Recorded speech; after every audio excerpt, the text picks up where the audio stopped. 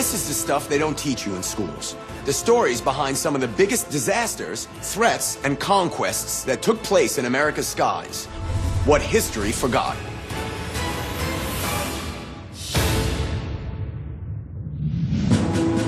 No American will ever forget the date, December 7th, 1941,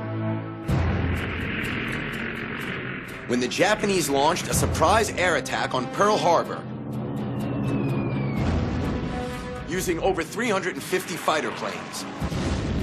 It shocks America and propels the nation into World War II. But did you know that the Japanese plot another secret attack? This time on America's mainland using a classified weapon that can travel 6,200 miles from the shores of Japan, unmanned, to strike fires in cities across the country. This weapon is a balloon bomb, and you've probably never heard of them because the US government made sure no one knew they ever existed.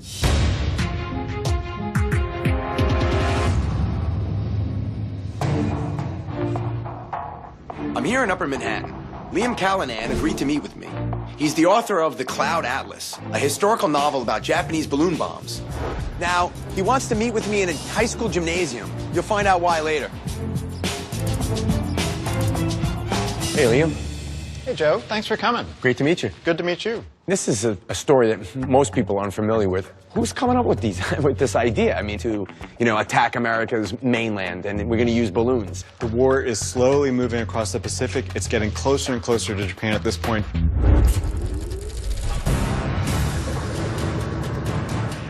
On April 18th, 1942, the United States hits the mainland of Japan for the first time in the Pacific War by launching the Doolittle Raid. 16 B-25 bombers drop incendiary bombs in and around Tokyo, engulfing the areas in flames. They have fire raining down on their cities. They need some way to fight back, which is why they've designed these balloon bombs. Or, as they're called in Japan, Fugo weapons. Amazing balloons which were designed to float across the Pacific Ocean and strike America at its very heart, on the mainland, something that had not been done before in World War II. What does that mean exactly? Is the balloon the actual kind of delivery mechanism for the weapon? The balloon is what brought it here, but most of actually the action of the balloon bomb was hanging. That was what we call the chandelier. A balloon bomb is basically made up of two parts. One, the chandelier, a box-like structure with two suspended aluminum rings, operating as a batterized barometer system designed to release bombs in a time sequence while still in midair. And two, the balloon that held it up. You can see in this drawing, this is actually a scale schematic of the entire balloon itself. How big was this thing? This shroud cord here is 64 feet, so this entire balloon is a towering structure. The balloon alone measures 33 feet in diameter, big enough to carry the sandbag ballast and the approximate 70-pound bomb payload, 4 incendiary bombs, and 1 explosive anti-personnel device. The payload, coupled with the hydrogen balloon, explodes upon impact to a blast zone up to 400 feet in diameter, engulfing everything around it in flames. So if they start fires here, they're going to deplete a valuable wartime resource, which is timber. They're going to divert manpower to go fight those fires. But most importantly, they're going to spread panic. It seems like a crazy idea to weaponize a balloon, but in fact, the Japanese weren't even the first ones to do it. Back in 1849, the Austrians tried to bombard Venice during the Italian War of Independence by launching thin paper balloons carrying bombs into the sky, hoping they'll float into enemy territory. But the winds fly them back where they started, into the Austrian camp. The problem, of course, with the balloon is that it obeys where the winds go. And so when they tried those early experiments in Europe, the balloon would get blown back across your own lines. The Japanese didn't have that same problem because of one meteorologist named Wasaburo Oishi.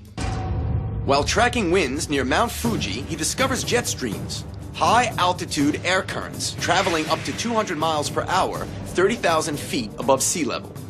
It acts as a continuous superhighway from Japan to the U.S.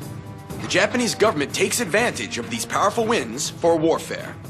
If they launch a balloon bomb into the jet stream, it will take anywhere from 30 to 100 hours for it to reach the western shore of California, enemy territory. The jet stream was providing all the wind that they need to reach the United States basically almost on its own. It seems like a crazy way to try to deliver, artillery. How did they even know that this was going to work? They did several experiments. This was one of their best ways to get this done because the balloon could fly across the entire Pacific Ocean without needing any fuel, without needing any pilot. And it's like a remote, it's an early drone mission, except it's an uncontrolled drone. Even though atmospheric uncertainty makes for an uncontrolled attack, the Japanese didn't care, because statistics show that for every 100 balloons they launch, odds are 10 will hit America. So Japan's strategy is to send as many as possible to ensure damage. For the balloon to survive the trip, it's made from a material that's light enough to travel across the Pacific Ocean, yet strong enough to withstand high winds and carry the approximate 70-pound bomb payload. So what did the Japanese use? Paper. Well, the paper was made from the mulberry tree, and this is very similar paper. This is washi paper, and you can see it's very resilient. Yeah, it's very strong. And it's got these long fibers, and those fibers are what allow this paper to be so strong when it's in flight. Just one balloon envelope consists of 600 separate pieces of paper that are pasted and stitched together using glue made from potatoes. It's a delicate process, and the Japanese army come up with a clever idea to produce a lot of them quickly. They needed people who weren't otherwise involved in the war effort. All they had left were these children, especially young girls who were very light on their feet, had small hands, and were able to work with the intricate workings of these bombs. The Japanese need all hands on deck to help build these weapons. So across Japan, schools are converted to paper factories, and children work in 12-hour shifts to produce material for the balloons. So now you know why I'm in a high school gymnasium. It's where these weapons were built. They needed large cavernous spaces like school gyms, opera houses, large theaters, anything the military didn't already need for their weapons manufacture. At 5 a.m. on November 3rd, 1944, the Japanese begin to launch the first balloon bombs. Approximately 9,000 balloon bombs are launched, and an estimated 1,000 of them make it to the North American continent. So where do they hit? Most land in America's Pacific Northwest, but they extend as far east as Detroit, another as far south as Hawaii, and more in Alaska. But the craziest part about all this is that the United States has no idea what these balloon bombs even were. When Americans spot one in the sky, they take it for a weather balloon and think nothing of it. Then, on the morning of January 5th, 1945, a report comes out of a balloon crashing in an apple orchard outside Santa Rosa, California, the day before. The FBI rush in, and upon examination see that it's rigged with incendiary bombs. That's when they realize this isn't a weather balloon, it's a weapon. This is something that had not happened in warfare up to this time, and so in some ways this weapon is the first intercontinental ballistic missile. It sounds like a fancy word for something that's actually a balloon, but no time before had someone been able to send munitions from one continent to another continent, and now they were doing it. Now that the US government knows these balloon bombs are weapons, how do they figure out they're launching from Japan? They take a sample of the sand that's inside one of the ballast bags and test it under a microscope. The particles reveal it can only come from one place on Earth, the shores of Japan. The sand is kind of the fingerprint of the device. And this tells them where exactly these balloons are being launched from because the sand is being put into ballast at the launching site. Once the United States government realizes these balloon bombs are being launched from Japan, what do? Something very surprising.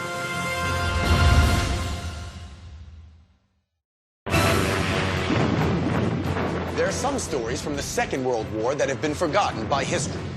Like the story of how the Japanese army, with the help of school children and airstreams, turn a balloon into a deadly weapon and launch them over America's mainland. The U.S. government realizes the nation is under attack by Japanese balloon bombs, but they do something surprising. Tell no one and do everything in their power to cover it up. You figure the United States government would want to warn the citizens about these things. I mean, why is it that they're censoring the story? So after the couple initial stories came out, and Japan said, all right, the balloons are making it there, the U.S. asked all the editors and radio outlets, let's not report this. And so they didn't, and then Japan thought, Are these balloons getting there? They had no idea of knowing. So it's a way to almost kind of make the Japanese think that this is not an effective weapon, when in reality it could have been more effective than ultimately it would be. The total absence of media reports convinced Japanese officials that the balloons never make it to America's mainland, and they stop manufacturing them. The U.S. censorship program works like a charm. That is, until later that year, on May 5th, 1945, when one undetonated balloon bomb is found sitting in a forest outside Bly, Oregon.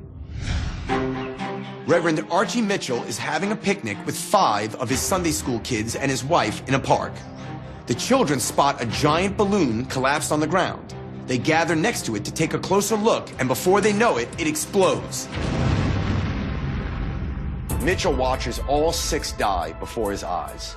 It's the first casualty in Japan's massive balloon bomb attack.